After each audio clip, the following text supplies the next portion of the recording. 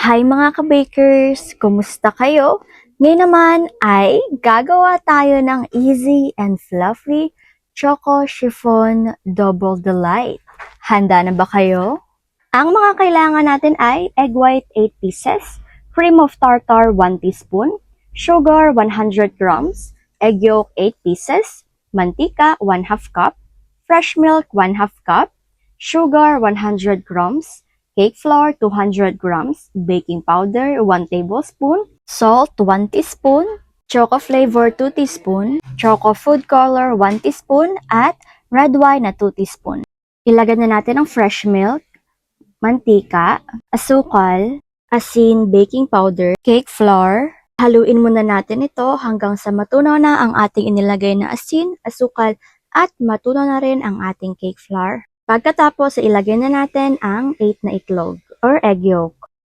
Ngayon naman, i-continue lang natin ang ating paghahalo dito. At syempre, just take your time lamang po. Yan, haluin lamang po natin ito ng haluin hanggang po sa hindi na siya yung sobrang hirap haluin or parang malagkit na kagaya nito. At kapag ganito na po siya mga ka-bakers ay okay na nga po ito atin ang itigil sa paghahalo. Ngayon naman, sa ating mixer, ilagay na natin ang ating egg white at cream of tartar. Ngayon naman ay atin na pong paandarin ang ating mixer hanggang sa umalsa po ito ng kaunti. Ayan, at dahil umaalsa na nga po ito, ay atin na nga po ilagay ang ating asukal.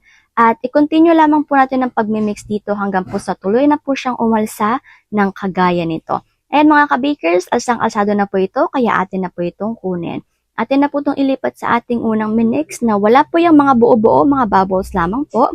At ilipat po natin ito ng dahan-dahan. Pagkatapos po mailipat ay atin na nga po itong haluin ng haluin. Kung kaya po natin na isang direction lamang po ay mas maganda po ito para po hindi po masyadong bumagsak ang ating egg white. At higit sa lahat ay kailangan po ating haluin ng haluin para hindi po hiwa-hiwalay ang kanyang color. Baka kasi may white at may yellow pa. Kapag ganito po na okay na, atin na nga po itong ilagay sa ating lalagyan or sa ating parchment paper na sa ating molde po. Ang size po ng molde ay 8 by 12 by 2. At kapag nailagay na nga po natin ng isa sa ating molde, at ang naiwan naman po ay lalagyan po natin ng tinunaw na choco food color, choco flavor, at ng 2 teaspoon ng red wine. Pag nailagay na ay atin na po itong haluin ng haluin. I-sure lamang po natin na wala na pong mga buo-buo ang ating choco food color. Yan. At pag nahalo na nga po ito ng maigi, ay parang ganito na po siya mga ka-bakers. Okay na nga po ito para mailagay na po natin sa ating isa pang lalagyan. Kibali dalawang lalagyan po ang ating kinuha. Yung isa po ay chocolate, tapos yung isa naman po ay vanilla. Ayan. At pagkatapos po ay atin po itong ipantay, kagaya po nung ginawa natin sa ating vanilla chiffon na pinantay din natin. At ngayon naman po mga ka-bakers, ay atin po itong inataktak para po matanggal po ang mga bubbles sa loob. Ready na nga po ito para sa ating oven. Ang oven temperature ay 170 sa taas, 200 sa baba, at ang baking time ay 25 minutes. At after 25 minutes ay luto na nga po ang ating mga cake, mga ka-bakers. Atin na po itong tinanggal agad sa molde para po mabilis po siyang lumamig. At pag lumamig na po ay atin na pong tanggalin ng walang kahirap-hirap ang ating parchment paper. Yan, eto na nga po sila mga ka-bakers.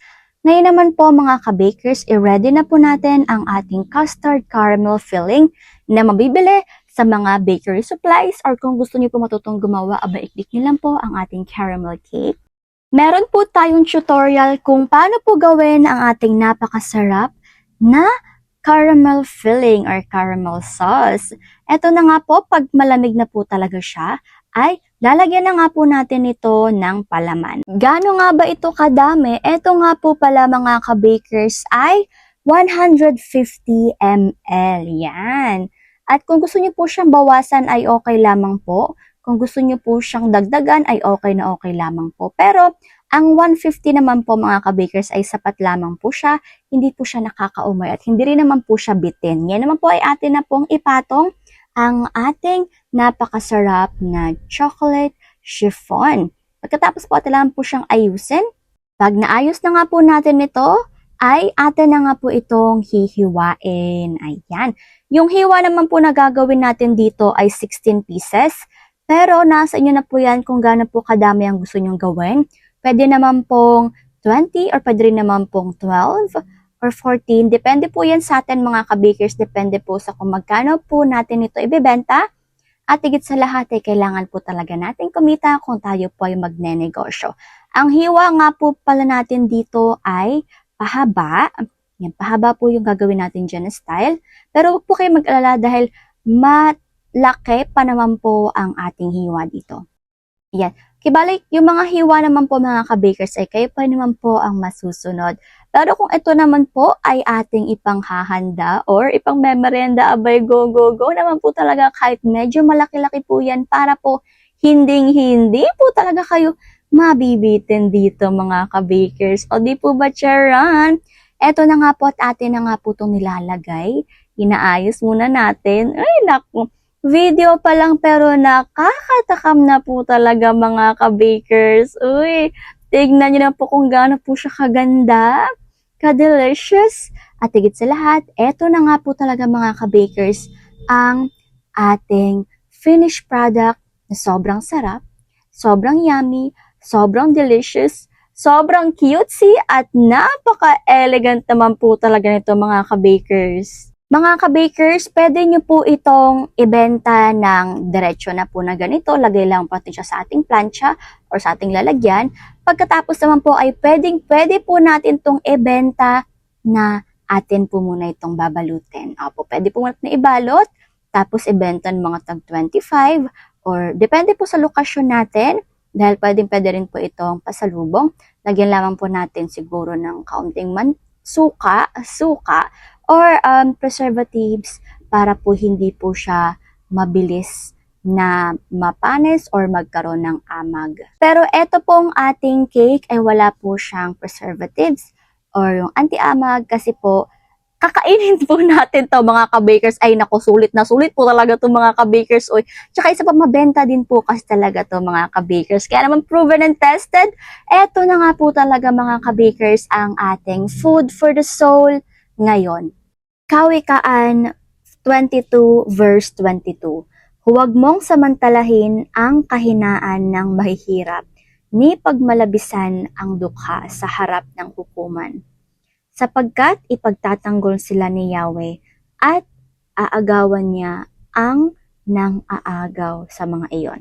Iyon po ay 22 to 23. Amen, amen, amen. Papurihan natin ang ating Panginoon sapagkat siya talaga ay mapagmahal at higit sa lahat ay patas. Huwag natin kalimutan na ang ating Panginoon ay walang kinikilingan. Kung ano man ang tama, kung ano man ang totoo, iyon ang mananaig. Dahil ang ating Panginoon ay right and just at higit sa lahat, ang pagmamahal niya ay walang katulad. Amen, amen, amen. Uy, mangyari nawa ito, Panginoon. Tulungan niyo po kaming lahat. Mahal na mahal po namin kayo. Kaya naman mga kabakers, ako po muna magpapaalam. Atin itong pagnilay-nilayan. Hanggang dito na lang po muna ako. Paalam muna. Take care at higit sa lahat ay God bless.